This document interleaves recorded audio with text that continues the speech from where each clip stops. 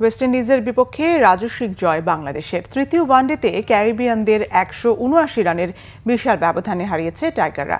মিরপুরে বাংলাদেশের ছুড়ে দেওয়া ২৯৭ রানের টার্গেটে উইন্ডিজ অল আউট হয়েছে ১১৭তে। এই জয়ে ২-১ ব্যবধানে সিরিজ জিতে নিল মেহেদী হাসান মিরাজের দল। মনির হোসেন খানের ডেস্ক রিপোর্ট। মিরপুরের মাটি টাইগার স্পিনারদের ঘাঁটি। নির্বাচনী স্লোগান নয়, শেরেবাংলার উইকেট ব্যাটসম্যানদের বদ্ধভূমি। সবসময় স্পিন ঘূর্ণিতে তৃতীয় ওয়ানডেতে ওয়েস্ট ইন্ডিজ কুপকাত ১৭৯ রানের ব্যবধানে টাইগারদের বাজিমাত। মিরপুরের উইকেট ক্যারিবিয়ানদের ইনিংসটাই স্বাভাবিক। চোখ কপালে উঠবে জয় পরাজয়ের ব্যবধান দেখলে। তৃতীয় ওয়ানডেতে বাংলাদেশ জয় পেয়েছে ১৭৯ রানে। স্কোরবোর্ডে চোখ না রাখলে মনে প্রশ্ন জাগা স্বাভাবিক, কত করেছে বাংলাদেশ? উত্তরটা হলো ৮ উইকেটে ২৯৬। আরও আশ্চর্যের বিষয়, সৌম্য সাইফের ব্যাটিং দেখে এই স্কোরও কম মনে হয়। টস জিতে ব্যাটিংয়ে টাইগার, তাণ্ডব চালালেন দুই ওপেনার। দেখে বোঝার উপায় নেই দুদিন আগেও ব্যাটসম্যানদের কতটা সংগ্রাম করতে হয়েছে এই উইকেটেই।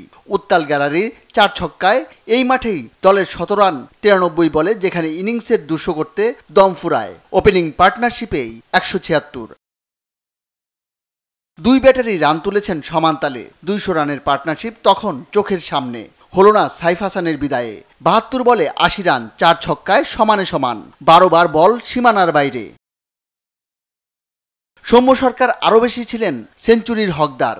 ৯১ করে হলেন নার্ভাস 90s-এর শিকার। তার বিদায়ের পরে পাল্টে গেল ম্যাচের চিত্র। কালো মাটির উইকেট ফিরে পেল আসল চরিত্র।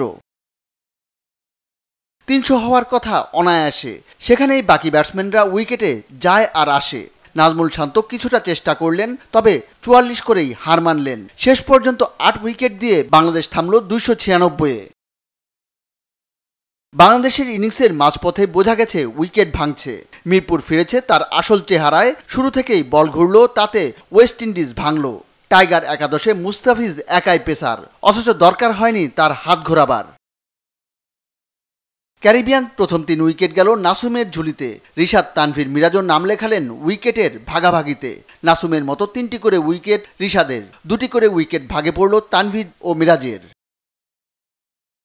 ৩০ ওভারে ১১৭ রানে গুটিয়ে গেল ওয়েস্ট ইন্ডিজ। ২-১-এ বাংলাদেশ জিতল series. Monir Hossain Khan, Bangla vision sports desk.